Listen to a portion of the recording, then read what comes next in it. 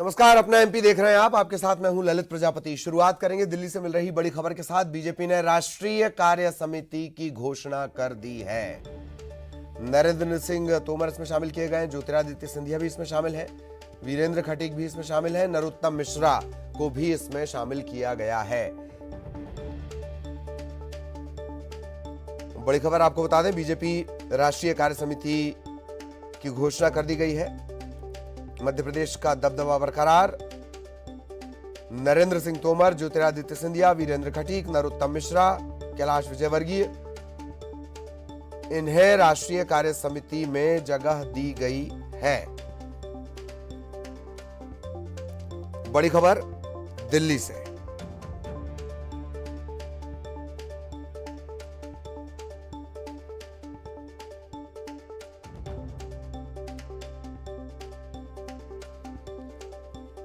News 18 Madhya Pradesh के editor Praveen Dubey, senior editor Praveen Dubey साहब इस वक्त हमारे साथ जुड़े हुए हैं। प्रवीण जी, नरेंद्र सिंह तोमर, ज्योतिरादित्य सिंधिया, वीरेंद्र खटीक, नरोत्तम मिश्रा, कैलाश विजयवर्गीय, सिर्फ मध्य प्रदेश के दबदबे को देखा जाए या अब फैसले लेने में भी ज्योतिरादित्य सिंधिया शामिल होंगे?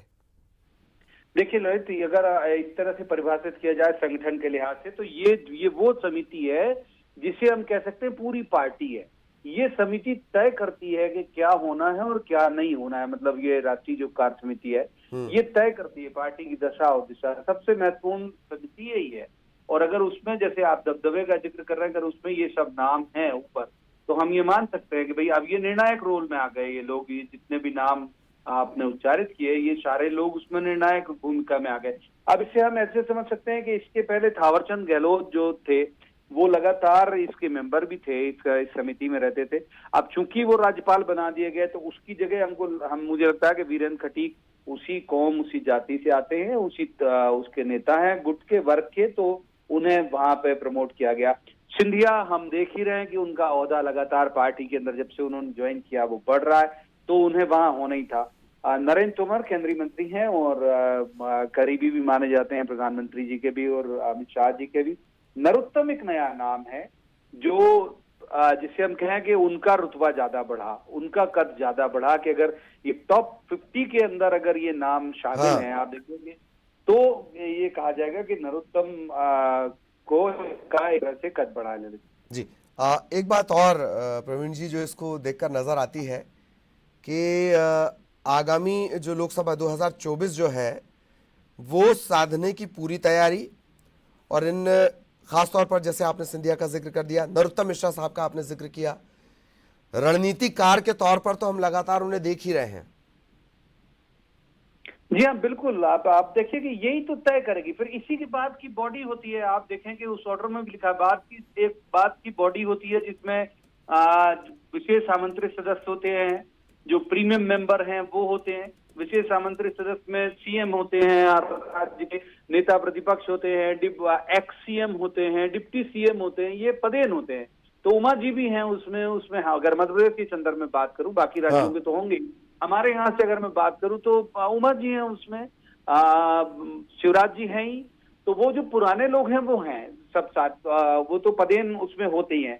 फिर संगठन मंत्री, महामंत्री ये होते ही हैं, तो सुहास भगत जी भी हैं, हितानंद शर्मा जी भी हैं, मुरलीधर राव भी हैं, पंकजा मुंडे हमारे यहाँ से एक बड़ा महत्वपूर्ण सवाल रह जाएगा दरअसल।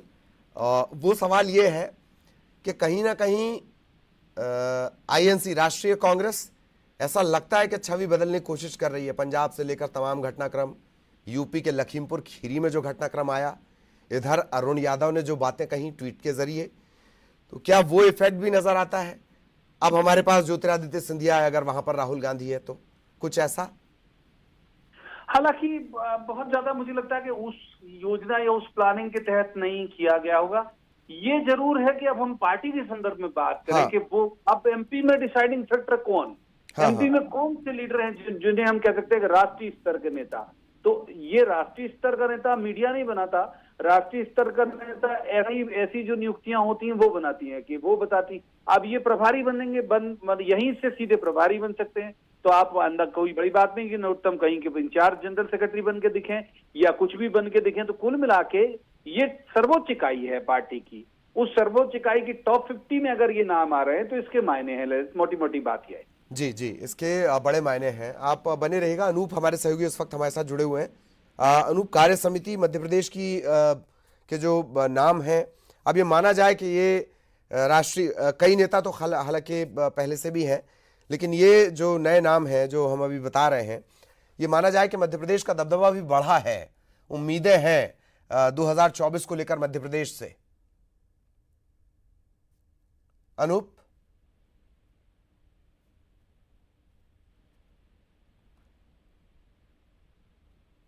चलिए, अनूप से कुछ तकनीकी दिक्कत है। प्रवीण दुबे साहब हमारे साथ लगातार जुड़े हुए हैं।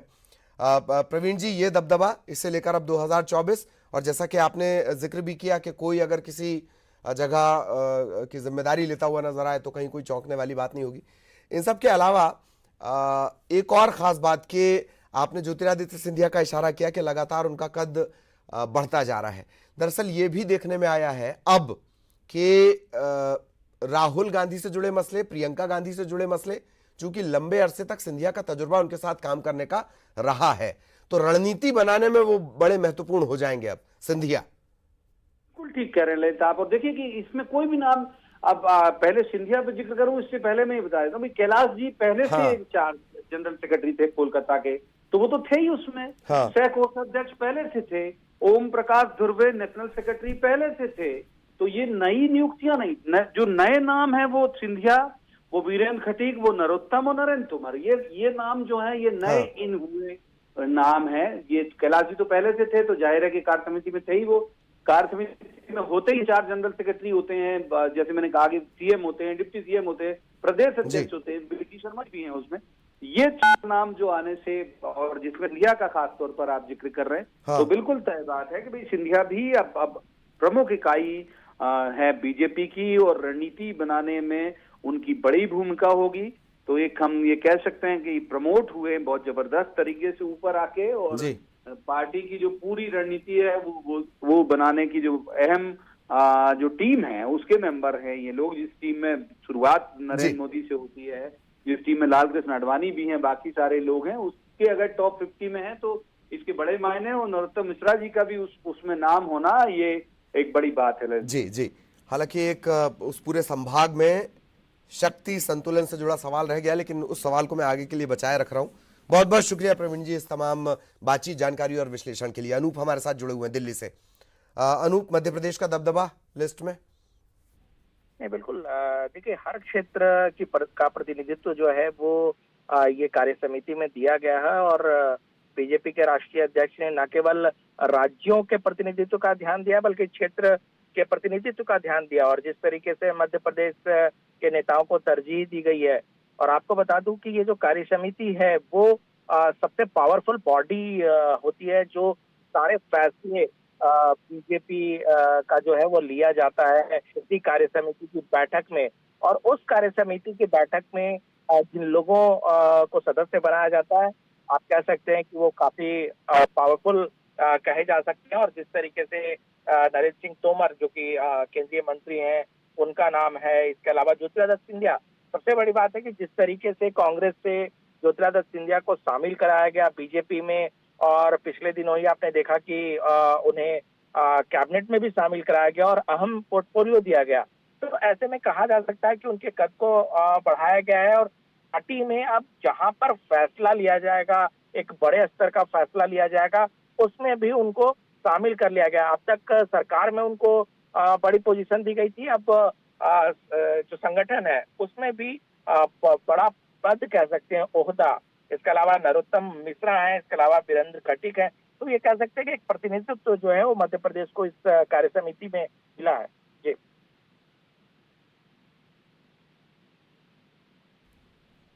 जी जी, अनूप, ये भी नजर आ रहा है कि पार्टी की रीति नीति और रणनीति में अब बहुत तेजी से तब्दीली भी आएगी। इस लिस्ट को मोटा मोटी देखकर ये लगता है।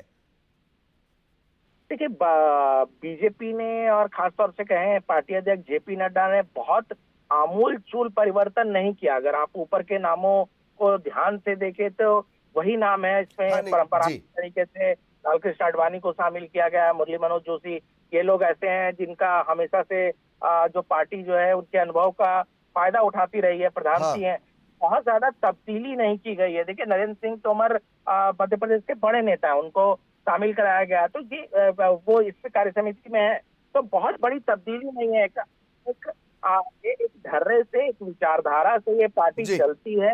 कार्य समिति की बैठक से या कार्य समिति के गठन से बहुत ज्यादा तब्दीली, लेकिन जरूर है कि इसमें सामंजस्य बनाने की कोशिश की जाती है। एक तरफ बिल्कुल। युवा को लाया जाता है जो अपने तरीके से पार्टी में उनका सुझाव होता है, तो एक सामंजस्य बनाने की कोशिश और जो अनुभव है, जो पार्टी के पुराने नेता है उनके अनुभव का फायदा जो है वो पार्टी उठाने की कोशिश करती है, और इसी के तौर पर इसको जी भी देखा। बहुत बहुत शुक्रिया अनूप इस तमाम जानकारी के लिए।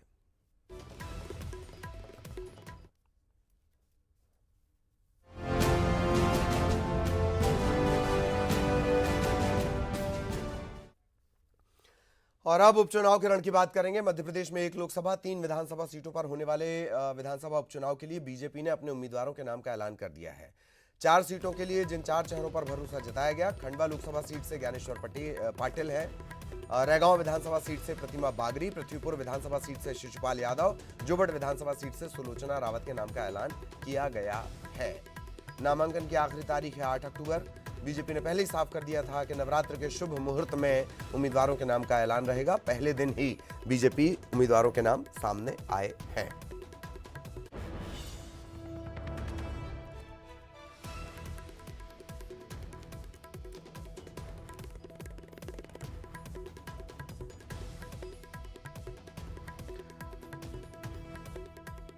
तो बीजेपी प्रत्याशियों के नाम तय कर दिए गए हैं और लगातार, हालांकि न्यूज़ 18 आपको बता रहा था कि किस तरह से ये नाम आएंगे, कौन कौन से, और जो नाम हम लगातार आपको बता रहे थे वही नाम अब बतौर जो दावेदार थे हमने आपको बताया था कौन उम्मीदवार बनेगा, और जो हमने बताया था वही हुआ। उम्मीदवारों के नाम तय कर दिए गए, ऐलान इनका कर दिया गया। सारे समीकरणों का बहुत ध्यान रखा गया है इन प्रत्याशियों के नाम तय करने में। और प्रत्याशी जो ज्ञानेश्वर पाटिल हैं, उन्होंने पूजा अर्चना के बाद नॉमिनेशन दाखिल करने के लिए वो खंडवा रवाना हो गए हैं। आज ही उनके नाम का ऐलान हुआ और अब वो खंडवा में जाकर अपना नॉमिनेशन फाइल करेंगे। कई बड़े नेता इस दौरान उनके साथ मौजूद रहेंगे। प्रदेश की सरकार और केंद्र की सरकार के द्वारा जो विकास के काम किए जा रहे हैं, उस विकास के काम को लेकर हम जनता के बीच में जाएंगे। आज भारतीय जनता पार्टी की, हमारी मोदी जी की सरकार ने करोड़ों लोगों को पक्का मकान देने का काम किया है। इधर रैगांव से बीजेपी की प्रत्याशी प्रतिमा बागरी ने भी न्यूज़ 18 से खास बातचीत की। पार्टी के मुद्दे, वैसे ही इतना विकास का कार्य किया है हमारी पार्टी ने कि मुद्दे कई हैं हमको लेके जाने के लिए अपने विकास कार्यों को लेकर। तो नो डाउट बहुत से कार्य हैं ऐसे जो हमारे पार्टी ने किए हैं, उनको लेकर मैं जाऊंगी। देखिए, टिकट मांगने तक सबकी अपनी अपनी भूमिका होती है, अपना अपना विवेक होता है। टिकट मांगते हैं, सभी प्रत्याशी बनने का प्रयास करते हैं और अच्छी बात है, होना चाहिए, सबको प्रयास करना चाहिए। कंपटीशन की भावना होना बहुत अच्छी बात है। देखिए, कांग्रेस मुद्दा ढूंढ रही है पर उसको मिल नहीं रहा है। जहां अभी कांग्रेस के विधायक हैं वहां कितना विकास के कार्य हुए हैं, जरा उन पे भी नजर डाल लें, उन पे भी दृष्टि डाल लें। बाद में इस मुद्दे को उठाएंगे कि रैगांव बहुत पिछड़ा है, और यदि पिछड़ा है तो मैं पूरे यकीन के साथ दिलाती हूँ कि जिस प्रकार मुझको संगठन ने चुना है, पार्टी ने मुझ पे भरोसा जताया है, तो कहीं ना कहीं पूरा विकास का कार्य यथा उचित तरीके से मैं कराने का प्रयास करूं। इधर जोबट सीट से बीजेपी प्रत्याशी सुलोचना रावत ने टिकट मिलने के बाद क्या कुछ कहा, सुनिए। विधानसभा उपचुनाव के उम्मीदवारों का इंतजार खत्म हुआ और नवरात्रि के दिन सुबह ही भाजपा ने चारों सीट पर अपने उम्मीदवारों की घोषणा कर दी है और जोबट से जो सीट है उससे भाजपा ने अपना उम्मीदवार श्रीमती सुलोचना रावत को बनाया है। सुलोचना जी हमारे साथ में हैं, उनसे बात करते हैं हम। सुलोचना जी, आपको भाजपा ने अपना उम्मीदवार घोषित कर दिया है, आपको कैसा लग रहा है और क्या मुद्दे होंगे आपके जमीनी स्तर पर? मेरे को बहुत अच्छा लग रहा है। आज माताजी का दिन है, आज से हमारी नवरात्रि शुरू होने जा रही है। उनका हम नवरात्रि की शुभकामना हमारे क्षेत्र के सभी भाइयों, हमारे भारतीय जनता पार्टी के सभी कार्यकर्ताओं को मैं बहुत बहुत नई रात्रि के ऊपर शुभकामना देती हूँ। और मेरे को यहाँ पर भाजपा में आने से मेरे को बहुत अच्छा लग रहा है। हमारे कार्यकर्ताओं का सबका अच्छा सहयोग मिल रहा है, हमारे नेताओं का अच्छा सहयोग मिल रहा है और हमारे हर तरह से अच्छा काम चल रहा है। लोगों के बीच में आप क्या मुद्दे लेके जाएंगी जमीनी स्तर पर? लोगों के बीच में जो भी मुद्दे, हमारे परिवार के जो अधूरे सपने थे वो हम पूरा करेंगे। जो भी काम होगा हम सब मिलजुल के एक होके काम करेंगे। हमारी जनता पार्टी के जो भी निर्देश होंगे उसका। जोबट विधानसभा के लिए सबसे बड़ी चुनौती है यहाँ पर एक तो पलायन और शिक्षा और स्वास्थ्य, इसको लेकर कैसे काम करेंगे आप? यहाँ पे पलायन तो हमारे हमेशा चल ही रहा है, क्योंकि हमारे यहाँ के आदिवासी भाई बहन यहाँ का जो भी खेती बाड़ी सभी के पास कम कम होती है। ज़्यादा हमारे परिवार में 10-10, 15-15 लोग होते हैं। वो क्या 4-5 लोग घर रह जाते हैं और दूसरे बाहर जाते हैं और अपनी मजदूरी का यापन करते हैं। आपके सामने महेश पटेल हैं उम्मीदवार, वो आपके साथ में ही काम कर चुके हैं। अब आपके सामने विरोधी के रूप में काम आप उनके सामने रहेंगी, कैसे रहेगा आपके सामने पूरा? ये तो राजनीतिक का पल है, हमेशा समय समय पर बदल जाता है। जब कोई मोड़ आ जाता है तो आमने सामने भी होना पड़ता है और इसको आगे भी जो भी अपना कदम रखना चाहिए। अपने ये प्रजातंत्र है कि आगे कैसे बढ़े। ये थी हमारे साथ जोबट विधानसभा की भाजपा से उम्मीदवार श्रीमती सुलोचना रावत, जिन्होंने हमें बताया कि किस प्रकार से वो जमीनी मुद्दे लेके जनता के बीच में जाएंगी और क्या क्या उनके मैनिफेस्टो रहेंगे। इस समय अलीराजपुर से मैं वसीम राजा, न्यूज़ 18। इधर जुगल किशोर बागरी के बड़े बेटे पुष्पराज बागरी ने टिकट न मिलने पर नाराजगी जाहिर की है। उन्होंने कहा कि रैगांव की जनता और कार्यकर्ताओं ने मुझे अगला नेता माना था। अब मैं जनता से राय मशवरा करूंगा और फिर कोई निर्णय लूंगा। दिया था और जनता ने भी पूरा मुझे इस बार दिल में बैठा करके रखा था। सबने एक मत से यही कहा कि अब अगला नेता हम आपको मानते हैं। और पिछले 20-25 वर्षों से मैं लगातार क्षेत्र में लोगों की सेवा में रहा। सुख हो दुख हो सब में मैं बराबर मैंने अपना पूरा ध्यान अपने रैगांव विधानसभा क्षेत्र की जनता पर और कार्यकर्ताओं पर लगाया है। और आज जब मुझे सुबह जानकारी हुई कि ऐसा ऐसा हो गया, तो अब मैं यही कहना चाहूँगा कि जो रैगांव विधानसभा क्षेत्र के मेरे साथी कार्यकर्ता और रैगांव क्षेत्र की जनता जो निर्णय लेगी, जो मुझे आदेश करेगी कि अगला उनका नेता कौन और कैसे हमारा रैगांव विधानसभा आगे चलेगा, किस तरह से लोगों की हमारी समस्याएं कौन सुनेगा, कौन देखेगा, कौन निदान करेगा, इन सब बातों को लेकर के अब जन भावनाओं का निर्णय ही मेरा निर्णय। और यहाँ रुकेंगे एक ब्रेक के लिए।